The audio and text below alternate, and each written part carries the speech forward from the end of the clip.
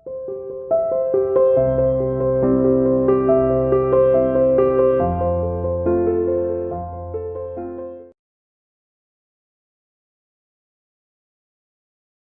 students, welcome to CR International School online classes.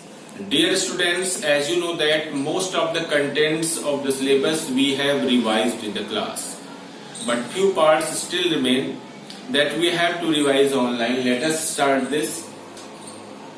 Today's topic is notice. आज का अपना जो टॉपिक है नोटिस, वैसे कई बार आप क्लासरूम में इसको हम डिस्कस कर चुके हैं और खूब प्रैक्टिस भी की हो, लेकिन आज इसको एक बार फिर से हम रिवाइज करते हैं, कुछ इसके फॉर्मेट को चेक करते हैं और नोटिस लिखते समय वो कौन से वर्ड्स हैं, कौन सी वो टेक्निक्स है, वो क्या है, या कौन सी वो एरर है जिसको हम कमिट कर सकते हैं और जिससे हम बच सकते हैं। ये चीज हमें ध्यान देना है, कौन सी वो गलती है जो हमसे गलती हो सकती है नोटिस के ड्राफ्टिंग से समय, और उससे हम कैसे बच सकते हैं। Let us start.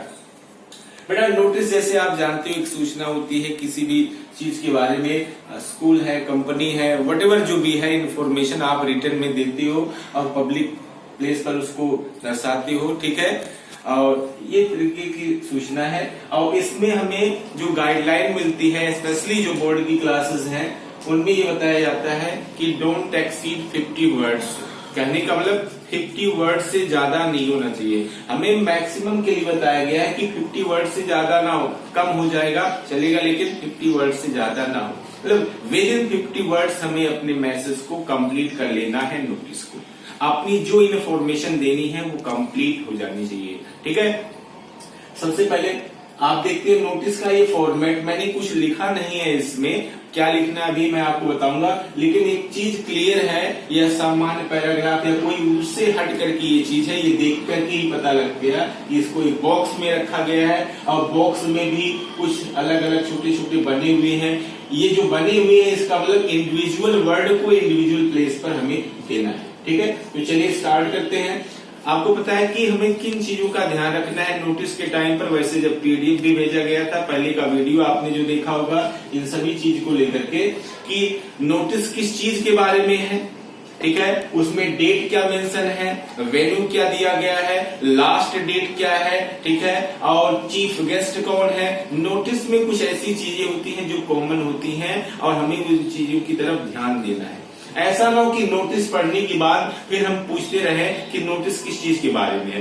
मतलब नोटिस किस चीज के बारे में, टॉपिक क्या है, सब्जेक्ट क्या है, वो वेल नोन होना चाहिए, वो क्लियर होना चाहिए किस चीज के बारे में नोटिस, लास्ट डेट क्या है, वेन्यू क्या है, प्लेस क्या दिया गया है और हेड कौन है, कौन इनॉग्रेशन कर रहा है। ये छोटी मोटी बातें होती हैं जो नोटिस के टाइम पर हमें ध्यान देना है। लिखते समय उन चीजों को हमें हाईलाइट करना है अपने नोटिस में। यहाँ पर कोई कंफ्यूजन बिल्कुल नहीं होना चाहिए। तो चलिए देखते हैं।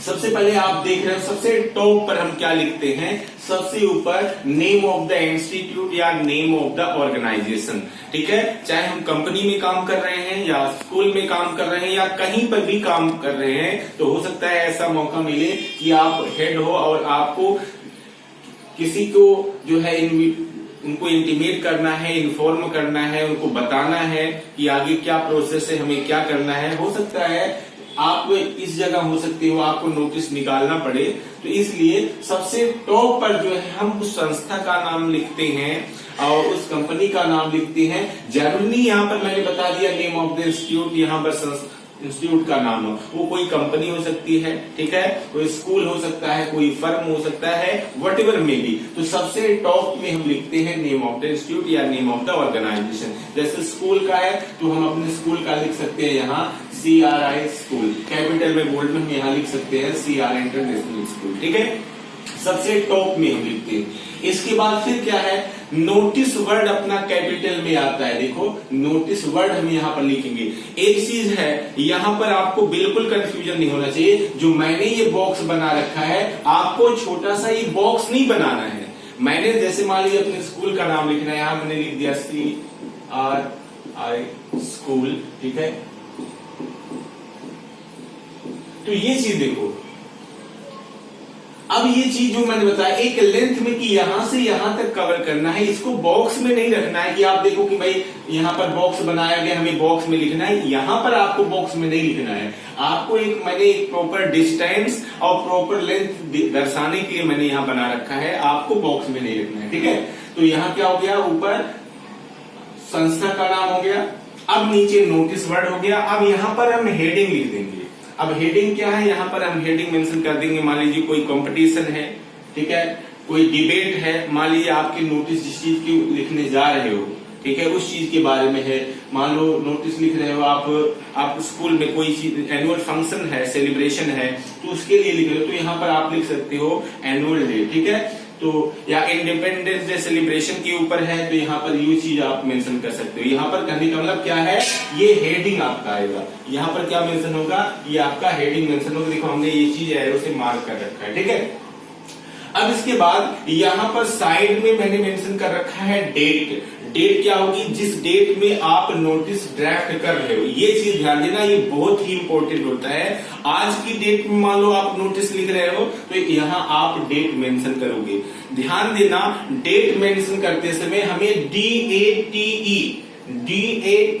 ये वर्ड नहीं लिखना है, डायरेक्ट आप लिख दो 9 दिसंबर, ठीक है, 2020 या दिसंबर 9 2020। ये तरीका आप अपनाओ यहाँ नोटिस लिखते समय, ठीक है। गेटिंग द पॉइंट, यहाँ पर कंफ्यूजन नहीं होना चाहिए। डेट आप मेंशन करोगे, जो DATE डेट वर्ड आपको नहीं लिखना है, डायरेक्ट डेट लिखो 9 दिसंबर 2020, ठीक है, या दिसंबर 9 2020, ये चीज लिखो, ठीक है। अब आपने देखो यहाँ सबसे ऊपर ऑर्गेनाइजेशन का नेम लिखा, फिर यहाँ पर नोटिस वर्ड लिखा, यहाँ पर हेडिंग दिया आप अपने नोटिस को, फिर यहाँ डेट मेंशन की। इसके बाद फिर आपका यहाँ पर आता है ये बॉक्स, ठीक है, ये बॉक्स है। इसके बाद यहाँ पर क्या आता है, मेन कंटेंट और एक्सप्रेशन आता है कि जो नोटिस आप लिख रहे हो, जिस चीज के बारे में लिख रहे हो, आप यहाँ पर मेंशन करोगे, ठीक है। इसके बाद यहाँ पर लास्ट में मान लीजिए यहाँ का आपका कंप्लीट हो गया, तो यहाँ थोड़ा सा गैप देंगे, ठीक है। यहाँ पर देखो ये जो मैंने बना रखा है, यहाँ पर आप गैप दोगे, ठीक है। तो 1 लाइन का गैप देने के बाद फिर आप नीचे लिखोगे क्या, सबसे नीचे से स्टार्टिंग करो, ये आपका होता है डेजिनेशन। तो ये जो आपका डेजिनेशन है, इसका कहने का मतलब मान लीजिए प्रिंसिपल नोटिस लिख रहा है, तो यहाँ पर आएगा बेटा प्रिंसिपल वर्ड आएगा। ध्यान रखना, कंफ्यूजन बिल्कुल नहीं होना चाहिए। यहाँ पर प्रिंसिपल वर्ड आएगा, प्रिंसिपल वर्ड के बाद ऊपर यहाँ नेम आएगा। किसका नेम आएगा, प्रिंसिपल का नेम आएगा यहाँ पर, और जस्ट इसके ऊपर साइन, देखो क्या मार कर रखा है हमने, साइन। किसकी साइन, प्रिंसिपल की साइन। तो अगर ऊपर से लोगे तो ये आपका कंटेंट और एक्सप्रेशन पूरा होने के बाद हम सिग्नेचर करते हैं, फिर यहाँ पर नेम मेंशन करते हैं, और फिर यहाँ लास्ट में आपका डेजिग्नेशन आता है। अगर इसी चीज को नीचे से लेते हो तो क्या आ जाएगा, सबसे नीचे डेजिग्नेशन आएगा कि नोटिस जो लिख रहा है वो किस पोस्ट पर है, प्रिंसिपल है तो यहाँ प्रिंसिपल, फिर प्रिंसिपल का नेम और फिर प्रिंसिपल का साइन आएगा। तो dear students, I hope that you are getting the point. अभी हम मेन पॉइंट को यहाँ पर नहीं डिस्कस की है, जो यहाँ पर मेंशन करना है।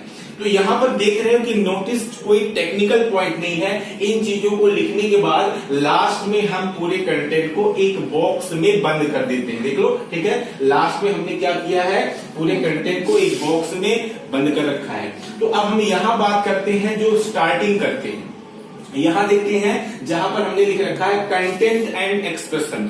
कोई भी नोटिस है आपको जो मिलता है बेटा विद इन 50 वर्ड्स, तो 50 वर्ड्स मिला है तो 50 वर्ड के अंदर ही हमें अपने नोटिस को कंप्लीट कर लेना है। कहने का मतलब हमें इररिलेवेंट फैक्ट्स नहीं देना है, हमें जो बहुत इंपॉर्टेंट है कंटेंट्स, सूचना जो देनी है, जो नोटिस हमें निकालना है, जो हमारा सब्जेक्ट है उसी पर हमें देना है। तो मान लीजिए कोई भी नोटिस है तो कुछ लाइनें कॉमन होती हैं, जैसे all the students and teachers are hereby notified. आप देखते हो अगर स्टूडेंट के लिए है तो सिर्फ स्टूडेंट का नेम मेंशन करो, और अगर टीचर्स को इन्वॉल्व कर रहे हो तो उसमें टीचर्स का भी जोड़ दो, all the students and teachers are hereby notified. ये जो फर्स्ट लाइन है इसको हम 2-3 तरीके से बता सकते हैं। हम कह सकते हैं this is to inform all the students and teachers, या कह सकते हैं it is brought to the notice of all students and teachers, या all the students and teachers are hereby notified, या इन्फॉर्म। इस तरीके से स्टार्ट कर सकते हैं, ठीक है।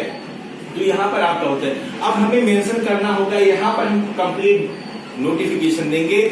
क्या नोटिफिकेशन, कि किस चीज के बारे में नोटिस है, लास्ट डेट क्या है, और किसके पास अपने नाम को जो है वहां पर देना है, इंटीमेट करना है, बताना है, कंप्लीट इंफॉर्मेशन। चलिए एक छोटा सा मान लीजिए है, हम हॉलीडे के बारे में बता रहे हैं, तो सीधा लिखेंगे all the students and teachers are hereby notified that our school will remain close from this date to date. या टाइमिंग चेंज को लेकर के है तो या ये भी बता सकते हैं, it is brought to the notice of all students and teachers. इस तरीके से हम इंटीमेट कर सकते हैं। तो कहने का मतलब यहाँ जो नोटिस है, आपने यहाँ देखो जो फॉर्मेट है, फॉर्मेट को लेकर के कोई दिक्कत नहीं है, बड़े आसानी से आप लिख सकते हो। ठीक है, मैंने कोई टेक्निकल कुछ नहीं बताया। सबसे ऊपर संस्था का नाम, फिर नोटिस वर्ड, यहाँ हेडिंग हो गई, यहाँ पर डेट हो गया, यहाँ डेजिग्नेशन, नेम, सिग्नेचर। और लेकिन बात यहाँ पर रुकती है कि हम इसमें क्या लिखेंगे। इसमें यही लिखेंगे जो टॉपिक है, 50 वर्ड्स के अंदर हमें लिखना है, 50 वर्ड तक। तो हमें क्वेश्चन में मिल जाएगा जो सूचना, मान लीजिए स्कूल कल बंद रहेगा, किस लिए बंद रहेगा, किस चीज के लिए बंद रहेगा, क्या है, हम डायरेक्ट यहाँ लिखेंगे। बाकी हमें अननेसेसरी कंटेंट्स को इन्वॉल्व नहीं करना है। मान लीजिए हमने लिख दिया कि all the students and teachers are hereby notified. ये तो लाइन बेटा लगभग मोस्टली नोटिस में कॉमन होती है, क्योंकि ये चीज तो हम सभी को लगभग बताते हैं। All the students and teachers are hereby notified. अगर टीचर नहीं इन्वॉल्व होते हैं, सिर्फ स्टूडेंट्स हैं, तो यहाँ हो जाएगा all the students are hereby informed, या it is brought to the notice of all students that our school will remain. या टाइमिंग चेंज को लेकर के है तो सीधा इंटीमेट करेंगे all the students are hereby informed that there is change in our school timing. अब क्या चेंज है स्कूल टाइमिंग में, सीधा लिखो। आपने लिख दिया there is change in our school time. अब आप आगे यहाँ पर लिखो, इररिलेवेंट बहुत ज्यादा नहीं देना है, सीधा लिखो our school timing is, timing लिखो। अब देखो ये टाइम तो लिख दिया, ये इंप्लीमेंट कब से होगा इस चीज को मेंशन कर दो। इट विल बी इफेक्टिव या it will come in force. दो चीजें ध्यान रखनी है। देखो ये बार बार नहीं कि ओल्ड भी बताओ और न्यू भी बताओ, सीधा आपको यही लिखना है कि our school timing is this, it will be effective from. ठीक है, तो अगर फिर भी कहीं पर कंफ्यूजन होता है बेटा जरूर इसको पूछो। हमें ध्यान रखो 50 वर्ड्स के अंदर कंप्लीट करना है, तो हमें बहुत ज्यादा इररिलेवेंट कंटेंट्स नहीं देना है। 50 वर्ड्स के अंदर हमें कंप्लीट करना है, लेकिन जरूरी इंफॉर्मेशन वो छूटने न पाए कि नोटिस किस चीज के बारे में है ये क्लियर होना चाहिए। ठीक है, लास्ट डेट क्या है वो क्लियर होना चाहिए, किसके पास अपने नेम को देना है ये चीज क्लियर होना चाहिए। कहने का मतलब जिस चीज के बारे में नोटिस लिख रहा है ये बिल्कुल नीट एंड क्लीन होना चाहिए। ठीक है, I hope students you have got. ठीक है, अगर फिर भी कंफ्यूजन है उसको आप पूछ सकते हो। Thank you.